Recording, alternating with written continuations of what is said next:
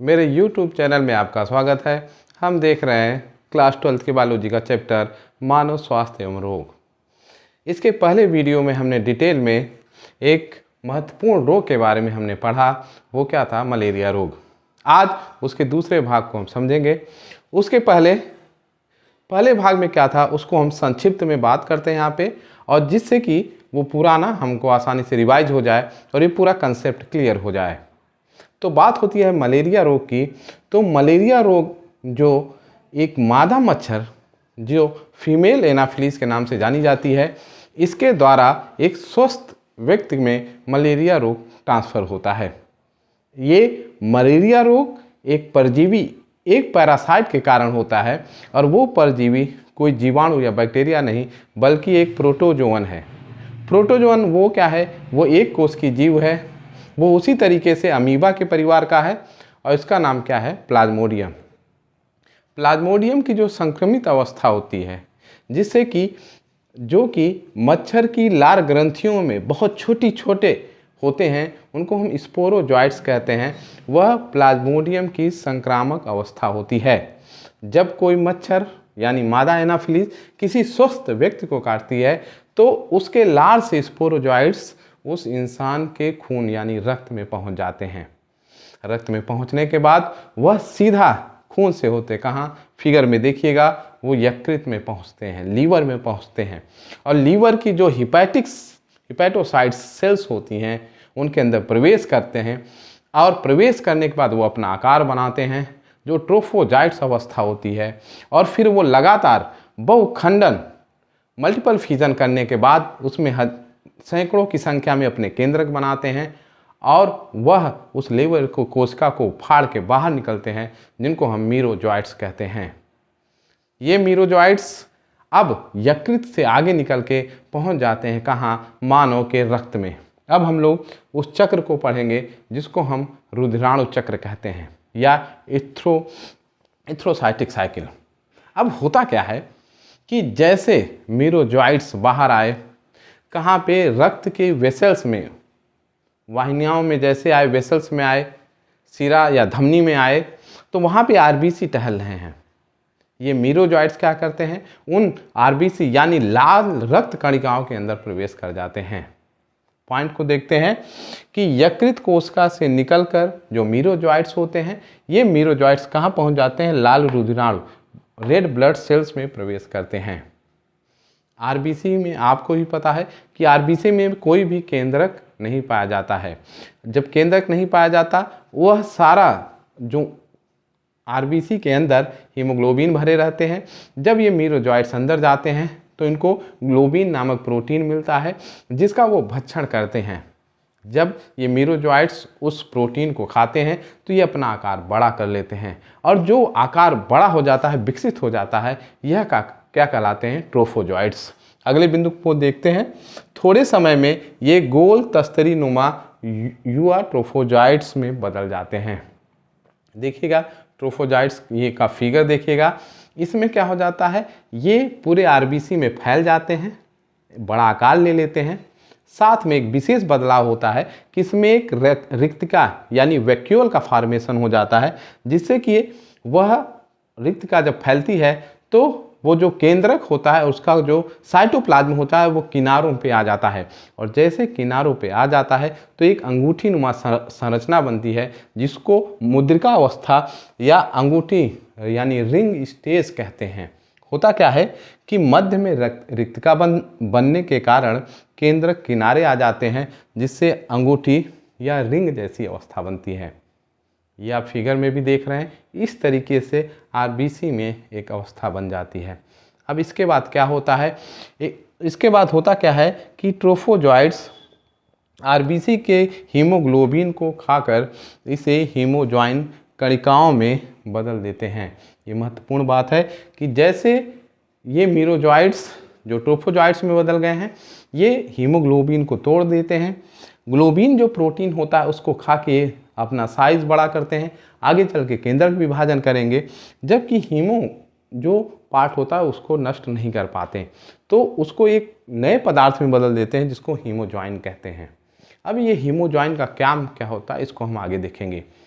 होता क्या है कि जैसे ये ट्रोफोजॉइट्स अवस्था आई, ये आकार बड़े किए। अब इसमें क्या होता है, अब कुछ समय बाद, जैसे समय बीतेगा, कुछ घंटे बाद इन ट्रोफोजॉइट्स में क्या होने लगता है, बहुविभाजन, जिसको मल्टीपल फिजन कहते हैं। ध्यान से समझिएगा। अब उस ट्रोफोजॉइट्स के केंद्रक लगातार विभाजन करके कई केंद्रकों में टूट जाते हैं और उनकी संख्या 8 से 28 तक हो जाती है। और ये बहुकेंद्रीय जो ट्रोफोजॉइट्स की अवस्था होती है, इसको साइजांट कहते हैं या साइजांट रूप में बदल जाती है, एक विशाल आकार में बदल जाती है। हमने क्या समझा कि जब मीरोजॉइट्स आरबीसी में प्रवेश किए तो वो ट्रोफोजॉइट्स अवस्था में बदले, एक रिक्तका बनी, फिर अंगूठी नुमा संरचना हुई और इनमें फिर लगातार केंद्रक विभाजन हुआ। और केंद्रक विभाजन से ये क्या करते हैं, लगभग 28 से अधिक केंद्रक में एक साइजांट अवस्था में आ जाते हैं। अब क्या हुआ, जब उस आरबीसी में लगातार दबाव होता है और उन जो छोटे छोटे केंद्रक हैं वह आरबीसी के दीवार पे दबाव डालते हैं, तो आरबीसी की दीवार फट जाती है और वो जो छोटे छोटे केंद्रक थे वह एक रूप बदल के, जिनको अधिक दबाव से आरबीसी फट जाती है और ये नए मीरोजॉइट्स बाहर आ जाते हैं। और जैसे आरबीसी फटता है तो जो ये केंद्रक थे ये छोटे छोटे मीरोजॉइट्स के रूप में बाहर आ जाते हैं। और जैसे आ जाते हैं उसी समय जो ये हीमोजॉइन कणिका थी यह भी उस आरबीसी से बाहर आ जाती है। तो जब ये हीमोजॉइन ब्लड में जाता है तो उस रोगी को बहुत तेज़ी से बुखार आता है और उसके शरीर में बहुत जल्दी ठंड लगती है, वो कांपने लगता है। तो मलेरिया में जो तेज़ बुखार ठंड के कारण आता है उसका कारण ये हीमोजॉइन ग्रेन्यूल्स होते हैं, इसी वजह से ठंडी और बुखार आना होता है। अब हम बात समझते हैं कि जैसे वो फटा, हीमोजॉइन के बाहर आने पर तेज़ी से ठंड के साथ बुखार आता है, ये हमने समझ लिया। इस चक्र के कई बार होने के बाद मीरोजॉइट्स गैमेटोसाइट्स यानी युग्मक जनन में बदल जाते हैं। जनक, इसको समझते हैं। हुआ क्या कि मीरोजॉइट्स आरबीसी में घुसे, आरबीसी में अपनी संख्या बढ़ाई, आरबीसी को नष्ट करके बाहर आ गए।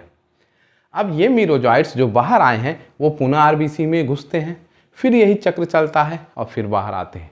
जब ये चक्र कई बार होता है तो कुछ मीरोजॉइट्स अब आरबीसी में न प्रवेश करके वो एक युग्मक जनक यानी गैमेटोसाइट्स में बदल जाते हैं।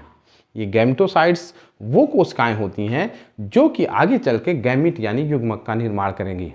अब प्लाज्मोडियम में कैसे युग्मक बनते हैं इसको हम समझते हैं।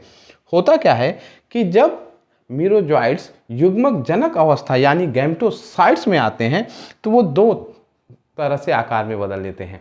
कुछ छोटे होते हैं आकार में जिनकी संख्या कम होती है, और कुछ क्या होती हैं, बड़ी संख्या में होते हैं और जिनकी संख्या अधिक होती है।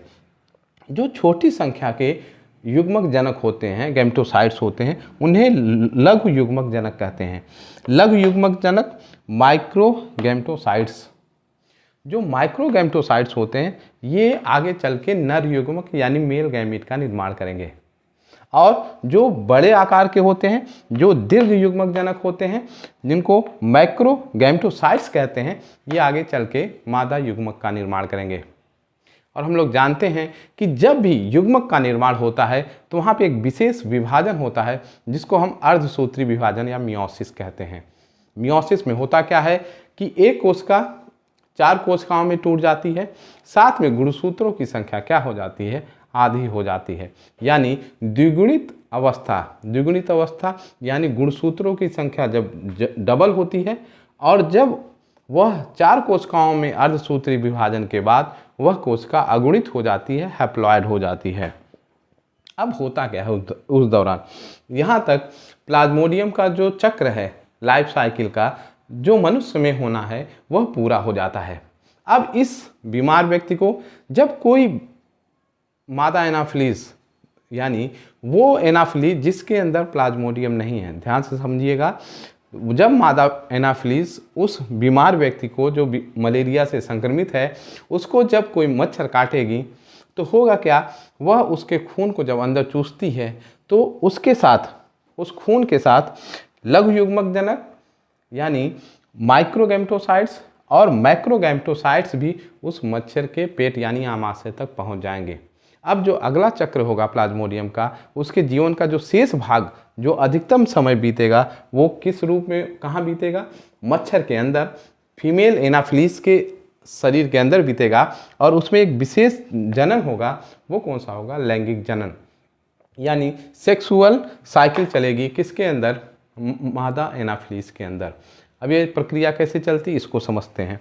होता क्या है कि जब लघु युग्मक जनक यानी माइक्रोगैमेटोसाइट्स और मैक्रोगैमेटोसाइट्स आमाशय में पहुंच गए, अब क्या करेंगे? थोड़े समय बाद इनमें बदलाव होने लगेगा, क्योंकि अब इनमें अर्धसूत्री विभाजन आगे चल के होना है। फिगर में देखिएगा, इस तरीके से जो माइक्रोगैमेटोसाइट्स है उसमें 8 छोटे छोटे क्या निकलते हैं? मेल गैमिट का निर्माण होता है। और जो मैक्रोगैमेटोसाइट्स है आगे चल के वह एग सेल का फॉर्मेशन करेगी। अब जैसे अर्धसूत्री विभाजन हो गया, अर्धसूत्री विभाजन के बाद युग्मक बन गए, तो फिर निषेचन की प्रक्रिया संपन्न होती है और उससे युग्मनज यानी जाइगोट का निर्माण होता है। अब इसको पॉइंट से समझते हैं। होता क्या है कि युग्मक अवस्था मच्छर की संक्रामक अवस्था होती है। ये इंपॉर्टेंट पॉइंट है कि जो इंसान जब संक्रमित होता है मच्छर के द्वारा, तो वो स्पोरोजॉइट्स अवस्था होती है। इंसान जो संक्रमित होता है मादा एनाफिलीज में, वो क्या होती है? स्पोरोजॉइट्स होते हैं। लेकिन मच्छर जब संक्रमित होता है तो वो किस अवस्था में होता है? गैमेटोसाइट्स अवस्था में। प्लाज्मोडियम की गैमेटोसाइट अवस्था में एक मच्छर क्या होता है? संक्रमित होता है। किससे? प्लाज्मोडियम से। प्लाज्मोडियम की गैमेटोसाइट्स अवस्था मच्छर को संक्रमित करती है। अगला बिंदु, नर युग्मक जनन। नर युग्मक जनन किससे होगा? माइक्रोगैमेटोसाइट्स में अर्धसूत्री विभाजन मियोसिस के बाद 8 नए युग्मक का निर्माण होता है। और ये युग्मक कहाँ बनते हैं? उस मच्छर के आमाशय में, उसके गट में। आगे हम देखते हैं बिंदु पे कि मादा युग्मक जनन। मैक्रोगैमेटोसाइट्स के अर्धसूत्री विभाजन से एक मादा युग्मक का निर्माण होता है। जो इन बिंदुओं से क्या समझ रहे हैं कि जो एक माइक्रोगैमेटोसाइट्स होते हैं उससे 8 मेल गैमीट बनेंगे, जबकि जो एक मैक्रोगैमेटोसाइट्स है उससे एक ही मादा युग्मक का निर्माण हो जाएगा। अब जब युग्मक बन गए तब आगे क्या होता है? कुछ समय बाद युग्मक मिलते हैं, जिसे युग्मक संलयन यानी सिनगैमी कहेंगे। नर युग्मक और मादा युग्मक जब मिले तो उसको उन्होंने क्या नाम दिया? युग्मक संलयन। युग्मक माने गैमीट और संलयन माने मिल जाना। और जैसे ये मिलते हैं यह निषेचन कहलाएगा और इसके द्वारा युग्मनज जाइगोट का निर्माण होता है। फिगर में आप देखिएगा, इस तरीके से युग्मनज यानी जाइगोट का निर्माण किसके अंदर? मच्छर के आमाशय के अंदर हो जाता है। आगे बिंदु में देखते हैं कि युग्मनज जो जाइगोट बना है वह चल युग्म ओकाइनीट अवस्था आती है में बदल जाते हैं, जो आमाशय की दीवार को भेद कर युग्मक पुटी oocytes में बदल जाते हैं।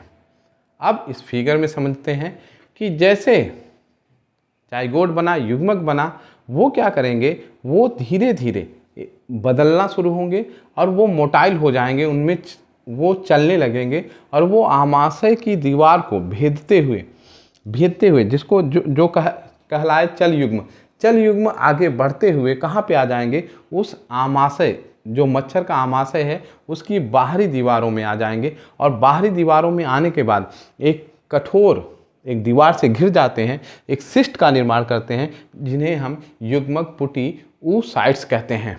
oocytes बन गए। अब oocytes जब बन जाते हैं तब अब इनमें क्या होता है? इनमें फिर लगातार क्या होता है? केंद्रक विभाजन होते हैं, जिससे स्पोर का निर्माण होता है और यही स्पोर क्या कहलाते हैं? स्पोरोजॉइट्स कहलाते हैं।